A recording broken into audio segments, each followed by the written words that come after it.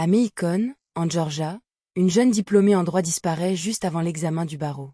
Quelques jours plus tard, une équipe de télévision interroge son voisin, Stephen McDaniel.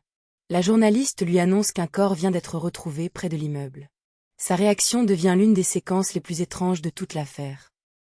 Lauren Gidding a 27 ans. Elle vient de terminer Mercer Law School, elle révise pour devenir avocate, et ses proches la décrivent comme lumineuse, drôle, très présente pour sa famille.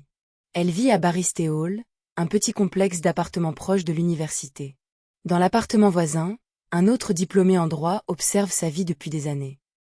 À la fin du mois de juin 2011, Lauren ne répond plus. Les messages restent sans réponse. Son téléphone bascule sur la messagerie. Au début, certains pensent qu'elle étudie simplement, parce que l'examen approche. Mais le silence dure trop longtemps.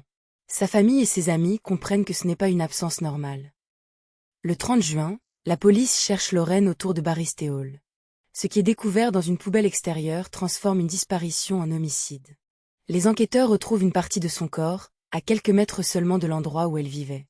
Le reste de sa dépouille ne sera jamais retrouvé. La séquence la plus connue arrive presque par accident. McDaniel parle comme un voisin inquiet. Puis il apprend que la police ne cherche plus seulement une personne disparue. Son visage se ferme, son corps semble perdre toute énergie, et ses réponses deviennent de plus en plus étranges. À ce moment-là, personne devant la caméra ne sait encore ce que les enquêteurs vont découvrir sur lui. Stephen McDaniel n'est pas un suspect ordinaire. C'est un ancien camarade de classe de Lauren, un voisin immédiat, et un diplômé en droit. Dans la salle d'interrogatoire, cette formation devient un mur. Les policiers posent des questions simples. Le rythme est lent. Les silences prennent beaucoup de place. La stratégie de McDaniel est de donner le minimum. C'est ce qui rend l'affaire si dérangeante. Le danger ne vient pas d'un inconnu dans une ruelle. La menace vient de la porte d'à côté. McDaniel connaît l'immeuble, les habitudes, les allées et venues.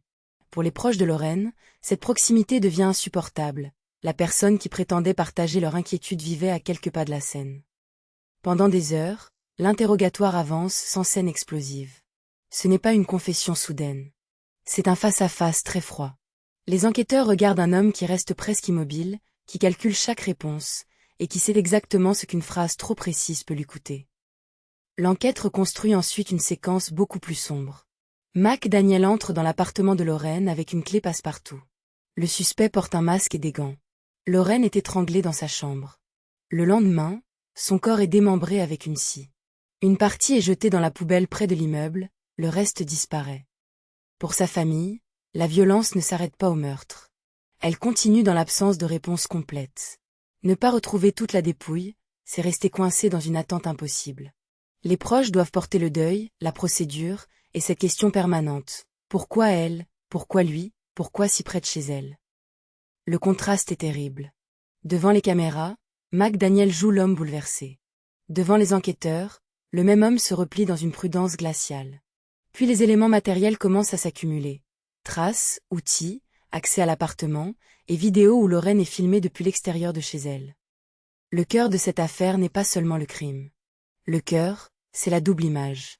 Un voisin discret, socialement présent, capable de parler aux journalistes comme s'il découvrait l'horreur en même temps que tout le monde. Derrière cette image, l'enquête expose une obsession, une préparation, et une froideur méthodique. En 2014, l'affaire arrive à un tournant. McDaniel accepte de plaider coupable pour le meurtre de Lauren. Ce choix lui évite un procès complet et la possibilité d'une condamnation à mort. En échange, le tribunal exige un récit de ce qu'il a fait. La salle entend alors les faits sans l'écran protecteur de l'interrogatoire. La peine tombe, prison à perpétuité, avec une possibilité de libération conditionnelle après 30 ans. Pour la justice, le dossier a une fin procédurale. Pour la famille de Lauren, ce n'est pas une vraie fin. Une sentence ne rend pas une fille, une sœur, une amie, et elle ne comble pas les zones qui manquent encore.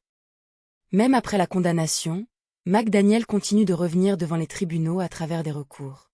C'est fréquent dans les dossiers lourds, mais ici, chaque nouvelle démarche rouvre le nom de Lauren dans l'espace public. La question essentielle ne change pas. Une jeune femme préparait son avenir, et son voisin a transformé cette vie en affaire criminelle.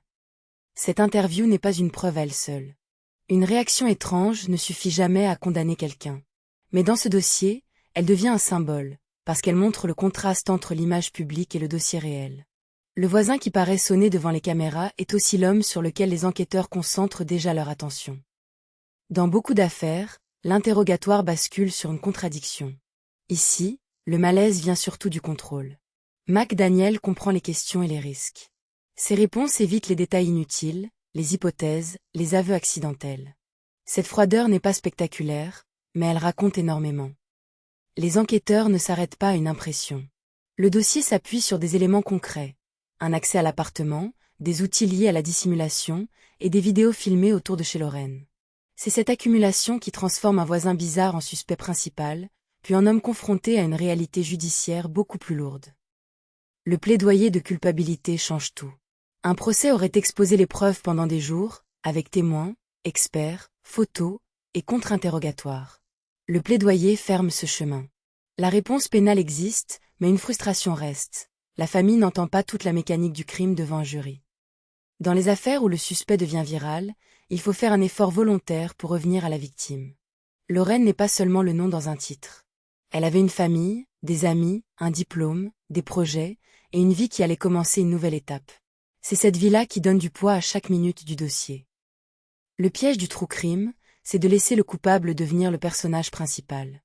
Cette affaire attire parce que McDaniel est étrange, froid, presque irréel. Mais l'histoire compte parce que Lorraine existait. Le bon équilibre, c'est d'étudier le comportement du tueur sans lui donner le contrôle émotionnel du récit. Les recours peuvent sembler techniques, mais ils comptent. Ils montrent qu'une affaire ne disparaît pas au moment de la sentence.